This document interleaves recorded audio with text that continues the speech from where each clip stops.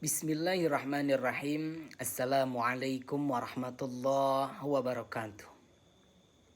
Alhamdulillahirabbil alamin. Assalatu wassalamu ala sayyidina Muhammadin wa ala alihi wa sahbihi ajma'in. Amma ba'du.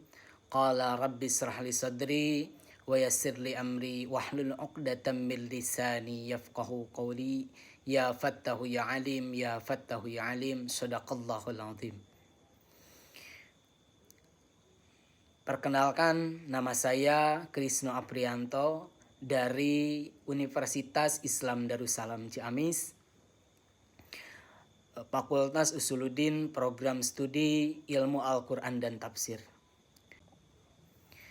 Insya Allah pada kesempatan kali ini saya akan sedikit membahas mengenai salah satu kitab yang terkenal di kalangan santri dan juga di kalangan pesantren-pesantren, maupun itu pesantren salaf ataupun pesantren modern, yaitu kitab Tafsirul Jalalain. Kitab Tafsirul Jalalain ini disusun atau ditulis oleh dua imam mufassir yang berbeda. Bentuk dari kitab Tafsirul Jalalain itu ini salah satunya seperti ini. Ini yang menarik dari kitab Tafsirul Jalalain ini.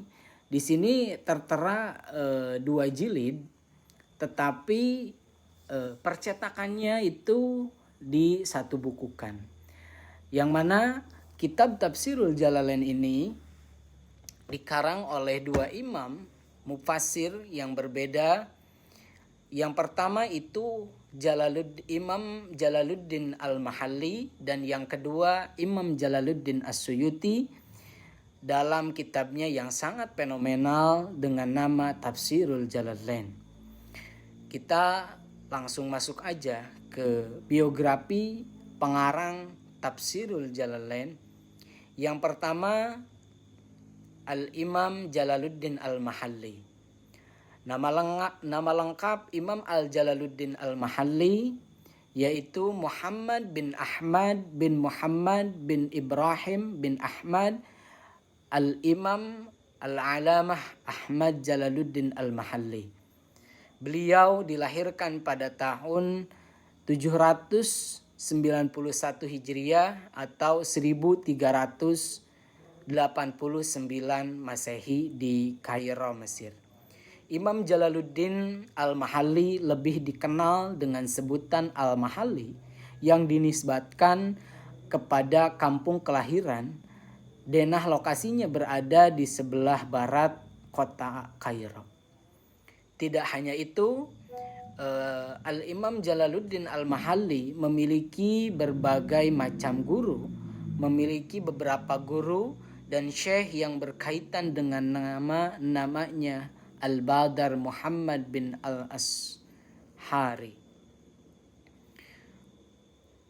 Untuk masalah karangan Imam Jalaluddin Al-Mahalli, beliau mempunyai beberapa karangan kitab yang sangat terkenal, yaitu salah satunya adalah Syarah Al-Minhaj Fikih, terus ada Syarah ada Syarah Jami'ul Jawamih, Usul Fikih, dan masih banyak lagi. Yang kedua, pengarang dari kitab Tafsirul Jalalain itu Imam As-Suyuti. Imam As-Suyuti, beliau nama asli Abdurrahman bin Abu Bakar bin Muhammad bin Sabiquddin bin Fakir Uthman Muhammad ibnu Salakhi Ayubi bin Naswiruddin ila akhirih. Laqab beliau adalah Imam Al-Alim Al-Alamah Al-Hafidh Al-Faqih An-Nawawi, serta nama kunyah berupa Abu Fadil. Terlahir di Mesir sesudah maghrib pada malam Ahad bertepatan dengan 800 49 Hijriah atau 1445 Masehi. Dilahirkan di desa Suyuti. Imam As-Suyuti tidak belajar lama dengan sang ayah, sebab ayahandanya meninggal dunia pada saat Imam As-Suyuti masih kanak-kanak.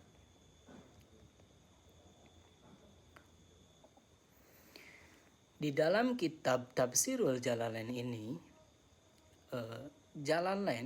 Tafsirul Jalalain ini secara harfiah mempunyai arti tafsir dua jalal yang mana dikarang oleh Imam Jalaluddin As-Suyuti dan Al-Imam Jalaluddin Al-Mahalli.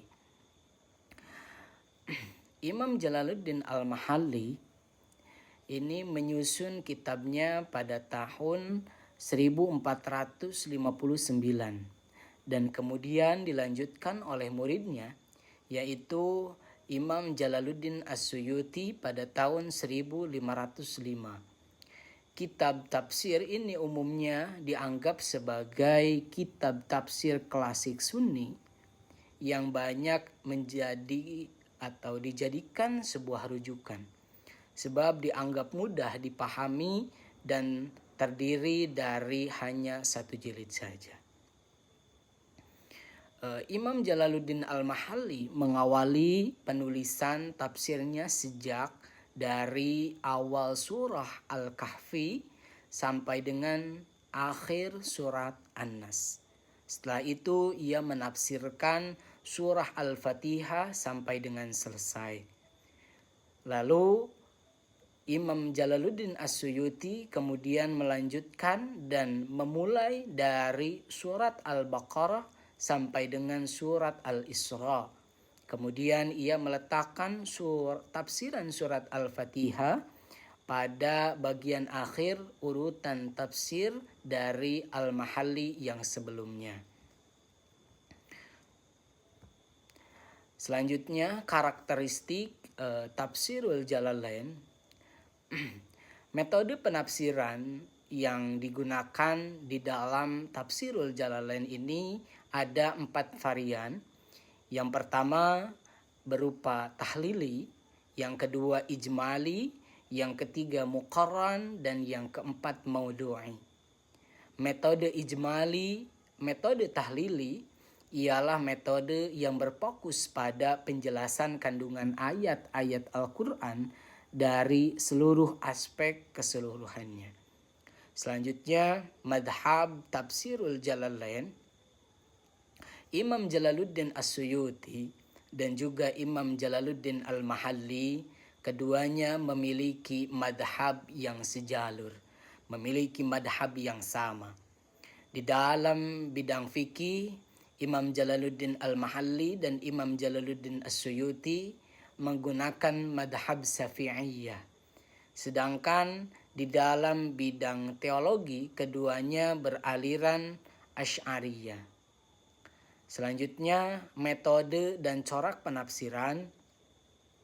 Metode yang digunakan dalam kitab Tafsirul Jalalain menggunakan metode ijmali ataupun global, bahwa Imam As-Suyuti memakai metode yang sama yang digunakan oleh Al-Imam Al-Mahalli yang diambil dari qaul yang kredibel, serta menturutkan lafaz yang dibutuhkan saja dalam artian yang ringkas dan mengklimaks ungkapan yang begitu penting. Selanjutnya, sistematika penulisan di dalam kitab Tafsirul Jalalain dan Tafsirul Jalalain yang dikarang oleh Jalaluddin As-Suyuti dan Jalaluddin Al-Mahalli.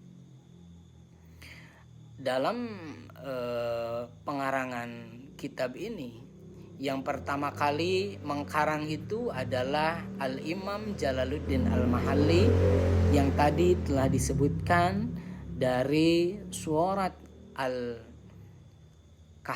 sampai dengan surat An-Nas, dan diakhiri tafsiran Al-Fatihah disimpan di akhir. Karena itu tafsiran Al-Fatihah ditafsirkan atau dikarang oleh Imam Jalaluddin Al-Mahalli. Seperti itu. Selanjutnya, salah satu contoh penafsiran di dalam tafsir Jalalain dari surat Al-Ikhlas, Imam Jalaluddin Al-Mahalli rahimahullah amin berkata, Su'ilan Nabi sallallahu alaihi wasallam an rabbihi fanazala qul huwallahu ahad fa ahbaru fallahu khabarun huwa wa ahadun badalun minhu au akhbarun thanin.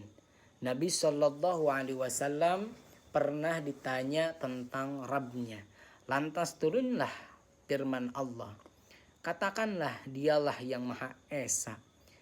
Lapad Jalallah ataupun lapad Allah adalah khabar dari lapad huwa.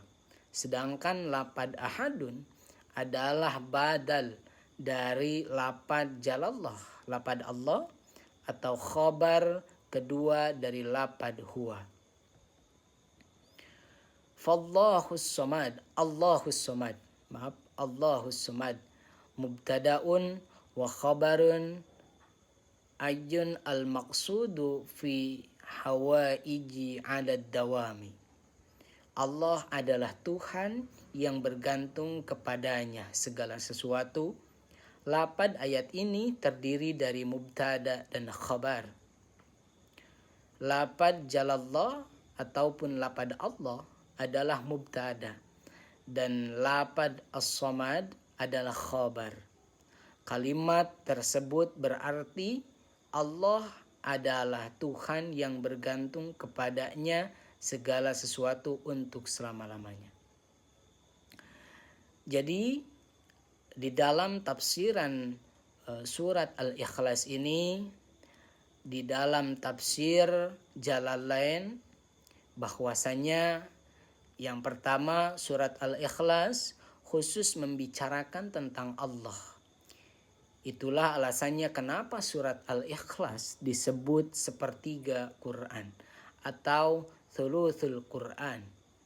Karena dalam Al-Quran dibicarakan khusus tentang Allah. Padahal Al-Quran kandungannya ada hukum, berita ataupun cerita, dan tauhid. Yang kedua, bahasa yang ada di dalam tafsir surat Al-Ikhlas dari tafsirul Jalalain adalah penafsiran dari sisi bahasa lebih khusus dari sisi ilmu nahu. Yang ketiga, Allah itu ahad, ahadun, satu, esa. Yang keempat, Allah itu as-somad, artinya Tuhan yang bergantung kepadanya segala sesuatu untuk selama-lamanya. Yang selanjutnya, Allah tidak beranak dan juga tidak diperanakan. Karena memang tidak ada yang sejenis dengan Allah. Dan sifat itu mustahil bagi Allah. Yang keenam, tidak ada yang sekufu atau setara atau semisal dengan Allah. Terima kasih kepada teman-teman dan juga sahabat-sahabat ataupun dosen yang telah mendengarkan sedikit bahasan saya mengenai tafsirul Jalalain ini. Mohon maaf bila di dalam pengambilan video ini ataupun di dalam bicara saya ada kesalahan teknis ataupun kesalahan obrolan. Mohon dimaafkan bila ada kata-kata yang menyinggung dari para semuanya, ataupun di dalam saya membaca kitab ada sedikit kekeliruan, mohon dimaafkan. Dari saya mungkin yang salahnya dari saya pribadi dan yang benarnya dari Allah Subhanahu wa Ta'ala. Kita akhiri perjumpaan pada kali ini dengan ucapan hamdalah. Alhamdulillahirabbil alamin. Subhanakallahumma wa bihamdika asyhadu an la ilaha illa anta astaghfiruka wa atubu ilaik. Hasbunallah wa ni'mal wakil, ni'mal maula wa ni'man nasir. Wassalamualaikum warahmatullahi wabarakatuh.